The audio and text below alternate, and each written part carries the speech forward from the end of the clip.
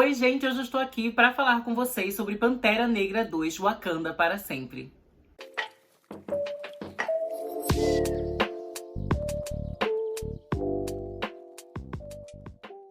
Wakanda Forever é um filme que tem grandes pesos em suas costas, né? Em primeiro lugar, a gente sabe, né, que acabou acontecendo, infelizmente, né, o falecimento do ator Chadwick Boseman, que fazia o papel do T'Challa, né, o Pantera Negra.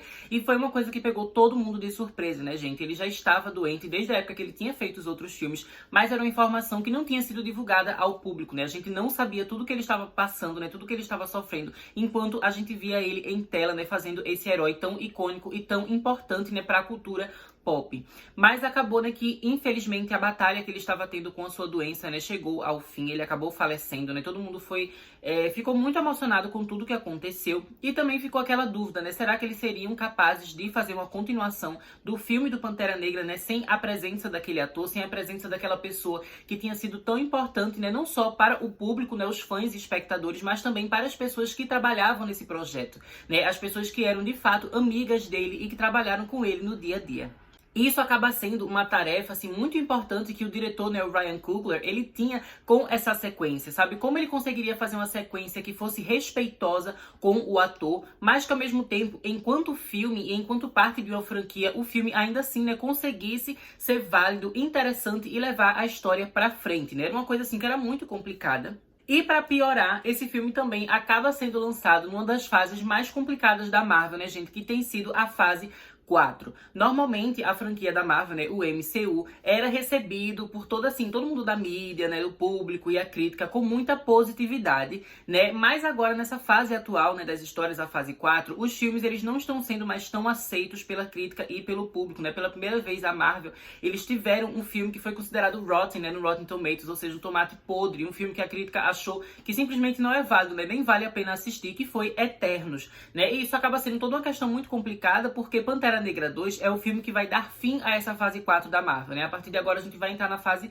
5. Então o filme, além dele ter esse peso, né, de conseguir homenagear e respeitar o ator que faleceu, ele também precisaria concluir uma fase super complexa, né, da sua franquia, de forma a manter a Marvel fazendo sucesso, né, e fazer com que a franquia volte a ser bem vista, né, aos olhos tanto da crítica quanto do público. Apesar, né, gente, disso serem duas coisas realmente muito complicadas com as quais esse filme aqui tinha que lidar, eu confesso pra vocês que, assim, né, em primeiro lugar, apesar, né, da morte do ator, obviamente, isso é uma coisa muito triste, a gente sente muita falta dele, né, era importante, sim, dar continuidade a essa franquia, né, porque a história do Pantera Negra e toda essa criação, né, de Wakanda e o filme por si só, eles foram tão importantes pra comunidade negra, sabe, no mundo todo, mas também especialmente no contexto dos Estados Unidos, né, que é onde o filme é produzido, onde o filme é lançado, que era um filme, assim, que realmente ele não podia deixar de ter sequência, apesar dessa tragédia que aconteceu, sabe, era um filme que era muito importante. Inclusive, eu cheguei a falar pra vocês, esse ano a gente teve um filme, né, chamado A Mulher Rei, The Woman King, que é protagonizado, né, pela Viola Davis. E eu falei aqui em vídeo, né, no vídeo que eu fiz de review daquele filme, que aquele filme só existia por causa do sucesso de Pantera Negra, sabe? O sucesso de Pantera Negra fez com que Hollywood começasse a dar mais espaço pra gente ter mais filmes, né, mais blockbusters com protagonismo negro, né, com protagonismo de pessoas pretas, tanto na frente das telas quanto também por trás das telas. Então era muito importante que esse filme tivesse uma continuação e que o legado do Pantera Negra fosse continuado, né, por mais que infelizmente a gente não tivesse mais o ator principal. E já sobre a questão da fase 4, né, gente, eu confesso pra vocês que eu tenho uma opinião bem diferente do resto da mídia e do público. Eu reconheço que sim, os filmes da fase 4 da Marvel, eles possuem vários defeitos e vários problemas, mas na minha opinião, a Marvel sempre foi cheia de defeitos e cheia de problema. Eu nunca achei a Marvel essa coisa assim impecável que muita gente acreditava que a Marvel era, sabe? Eu acho que sempre teve muitos filmes ruins, filmes mal feitos, filmes medíocres, filmes com roteiros horríveis, né, filmes com efeitos especiais fraquíssimos. Eu sempre achei que a Marvel teve isso, né? É claro que também tinha momentos bons, momentos que eles faziam filmes interessantes, com propostas interessantes, mas de forma geral a Marvel nunca foi essa franquia perfeita que o público e a mídia hoje em dia parece tentar fazer parecer que era, sabe? Eles lembram do passado como se a Marvel fosse uma grande coisa, que na minha opinião a Marvel nunca foi, sabe? Os filmes da Marvel, eles nunca foram grande coisa. Eu nunca achei que eles fizeram assim, uma grande mudança dentro da indústria cinematográfica, no sentido realmente assim de qualidade técnica. Eu entendo que no quesito assim de sucesso e dinheiro, de fato a Marvel é uma franquia muito notável, mas em relação assim a levar o cinema pra frente, a fazer coisas diferentes, sabe, com tecnologia, e também assim de ter uma ambição mais artística, a Marvel nunca teve, sabe? Então acho que nesse sentido a fase 4 ela não é realmente assim a pior coisa que a Marvel já fez. E, inclusive, eu acho que vários dos filmes foram, sim, legais, né? Inclusive, o próprio filme Eternos, que foi super criticado, que muita gente odiou. Eu acho que aquele filme é muito interessante, né? A gente tem a Chloe Zhao sendo a diretora daquele filme, né? Que já tinha vencido o Oscar, né? De melhor diretora por outro filme que ela fez, né? Nomadland. E, assim, gente, eu acho que aquele filme foi muito interessante e eu discordo muito das opiniões de muita gente, sabe? Porque eu acho que a graça de Eternos é o fato de que pela primeira vez a gente vê um filme da Marvel que a essência do filme, de fato, é sentimento e emoção, sabe? Não é aquela coisa que segue aquela fórmula genérica que os filmes de super-herói da Marvel têm seguido, né? E que agora, infelizmente, os filmes da DC também têm seguido. A gente teve Adão Negro, que, na minha opinião, foi um filme, assim, bem genérico, bem sem personalidade, sem identidade, né? Então, assim, eu sinto que alguns filmes da fase 4 eu achei legal exatamente porque os diretores tiveram mais liberdade pra tentar colocar um pouco de identidade, né, dentro do filme. Eu acho que é Eternos isso aconteceu. E felizmente, gente, em Pantera Negra 2 isso também aconteceu, sabe? Você sente o tempo todo a identidade do Ryan Coogler como diretor e você sente também muito sentimento, exatamente, né, pela questão do filme ser uma homenagem ao ator que faleceu, que era amigo pessoal de todo mundo que tá envolvido na produção. Além disso, né, o diretor Ryan Coogler e todo o grupo da produção também, eles têm uma noção da importância que esse filme tem para a comunidade negra, sabe? Então tudo que eles fazem no filme é muito bem pensado e tem muito sentimento por trás. E quando tem esse tipo de sentimento, esse tipo de ambição realmente de você fazer algo que tem, que toca as pessoas de verdade, que tem uma mensagem por trás, eu sempre acabo me agradando mais, né? E assim, eu sei que nenhum filme é perfeito, mas quando o filme tem esse tipo de amor por trás, gente, eu sempre acabo me agradando. Mas então, né, vamos falar um pouco sobre o contexto em si, né, a história em si desse filme de Pantera Negra. Basicamente, a gente vai ter, né, toda a população de Wakanda lidando com a morte do T'Challa, né, o personagem, assim como o ator, ele acaba morrendo, ele acaba falecendo dentro da história. E eu achei que eles fizeram isso de um modo, assim, muito respeitoso, né, eles meio que tentam fazer uma analogia com o que aconteceu com o personagem, né, e o que aconteceu na vida real com o ator. E eu achei que foi feito, assim, com muito bom gosto, sabe? Foi uma coisa, assim, que não pareceu que eles estavam só usando a imagem do ator pra ganhar dinheiro nem nada, sabe? Eu acho que realmente foi uma homenagem muito bonita, inclusive me emocionei no início do filme. E a gente passa o filme todo lidando com essa questão do luto, né? E também trazendo questões, assim, sociais e políticas que eu achei muito interessante. Mais uma vez, mostrando, né, que o Ryan Coogler, ele tem uma ambição a mais, sabe? Ele não quer fazer aquele filme de super-herói que é simplesmente aquela mesma coisa genérica, daquele vilãozinho básico e lutinha, e enfim. Ele realmente quer fazer a gente refletir sobre algo, ao mesmo tempo que a gente também tá se entretendo, a gente também tá se divertindo com cenas de ação, com uniformes bonitos e coisas desse tipo.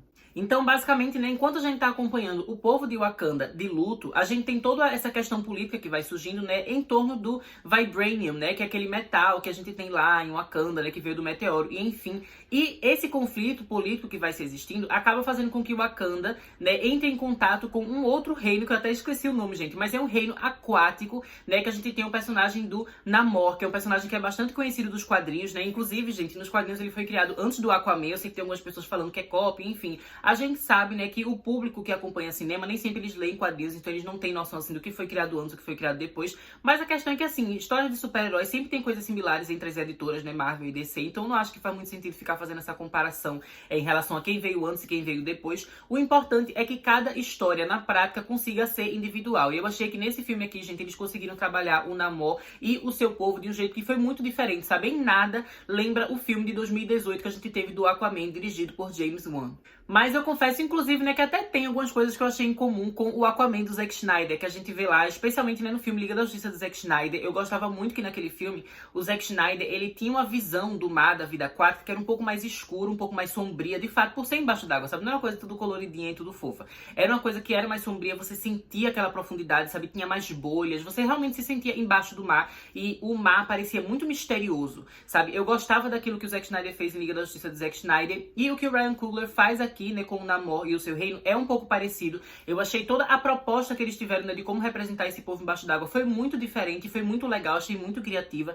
E como eu falei, né, quando você compara com outros filmes, acaba se mantendo original. Não é nada parecido com o Aquaman 2018. E também outra coisa que eu tava com medo é que ficasse parecido com o filme de Avatar que a gente vai ter esse ano, né, gente? Avatar 2, O Caminho da Água. E na verdade tá completamente diferente. Eu já vi uma cena embaixo d'água, né, do filme Avatar 2, que passou como cena pós-crédito quando eu fui ver o relançamento do primeiro filme. E eu digo pra vocês, gente, que a cena embaixo d'água de Aquaman e a cena embaixo d'água de Pantera Negra tá completamente diferente. Eu achei isso incrível, sabe? Cada diretor teve sua visão, teve a sua estética, né, teve a sua abordagem. E eu achei que é muito interessante. Eu amo coisa embaixo d'água, amo cena embaixo d'água. E eu amei como cada diretor trouxe uma perspectiva diferente, né? Eu acho que se você também curte cenas embaixo d'água, você vai gostar muito do trabalho que foi feito aqui nesse filme.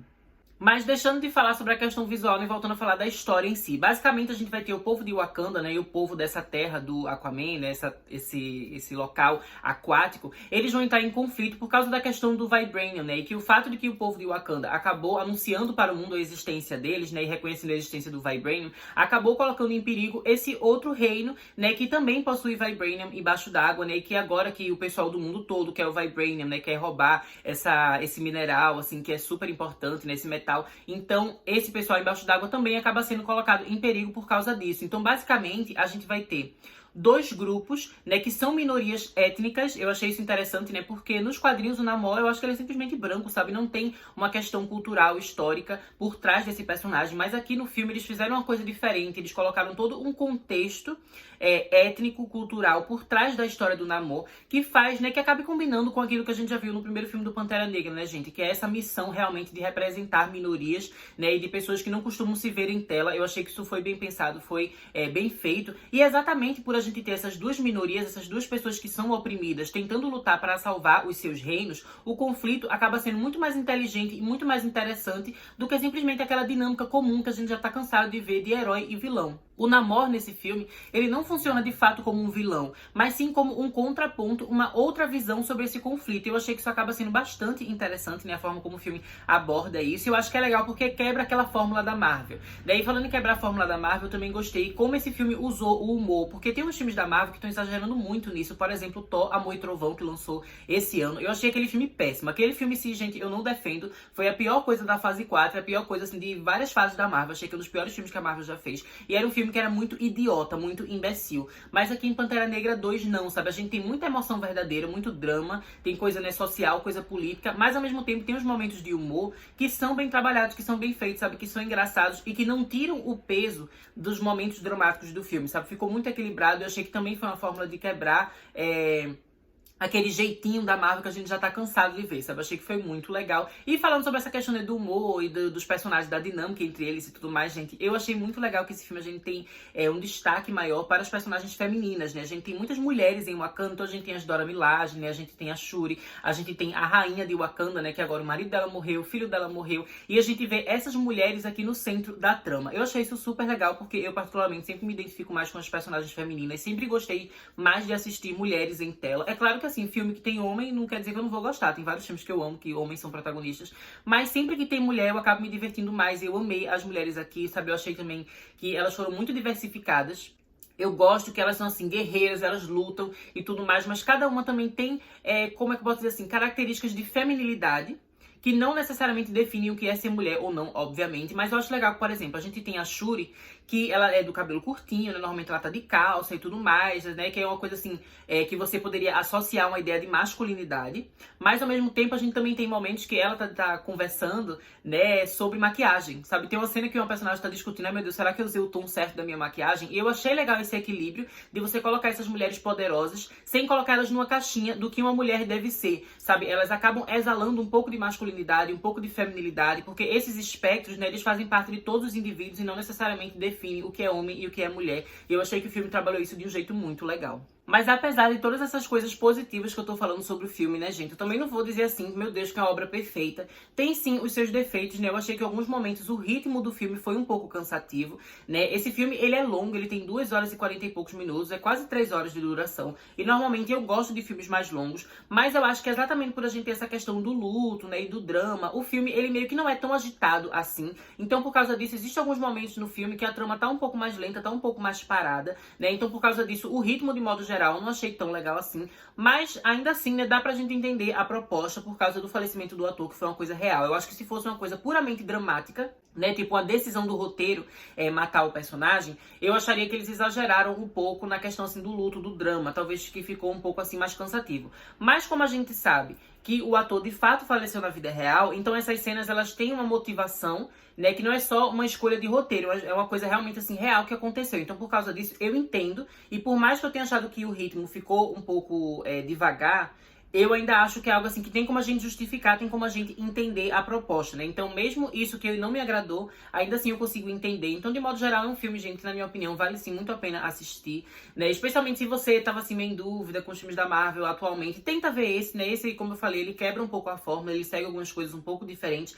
Então, talvez você acabe se agradando, né? E também é um filme que, eu repito, né? É um filme que é importante para a comunidade negra como um todo, especialmente como essa comunidade é representada por Hollywood, sabe? Então, filmes como The Woman King só existiram porque Pantera Negra existiu. E esse segundo filme também vai ter vários outros filmes que só vão existir por causa do sucesso dele, né? Especialmente quando a gente para pra pensar, né, na minoria que o Namor representa, né? Então, acho que é muito legal que você assista esse filme, que você apoie esse filme, sabe? É uma coisa, é um momento no cinema que vale a pena, sabe? É uma experiência verdadeiramente cinematográfica, que é algo assim que na Marvel como um todo nem sempre eu sinto, sabe? Às vezes eu acho que a Marvel parece mais uma série de TV e esse filme não, ele é mais cinematográfico, né? Tem vários momentos bonitos. A trilha sonora também é muito legal, que é uma coisa rara na Marvel. Normalmente eu acho a trilha sonora bem esquecível, mas no caso de Pantera Negra, a trilha sonora é legal. Então, de certa forma, né, gente, é um filme que vale super a pena ver. Eu acho que todo mundo deveria assistir, né? Não tem nada, eu acho, passando no cinema agora em novembro que se compara com Pantera Negra, né? Esse vai ser o melhor filme pra você ver agora nessa reta final do ano, junto com Avatar, né? Que vai lançar em dezembro, dia 16 de dezembro, se não me engano.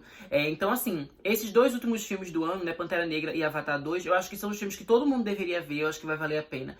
São realmente experiências muito boas. E é isso, né, gente? Vou deixar vocês por aqui. Espero que vocês tenham gostado desse vídeo. Não deixe de se inscrever no canal pra não perder meus próximos conteúdos. E até mais!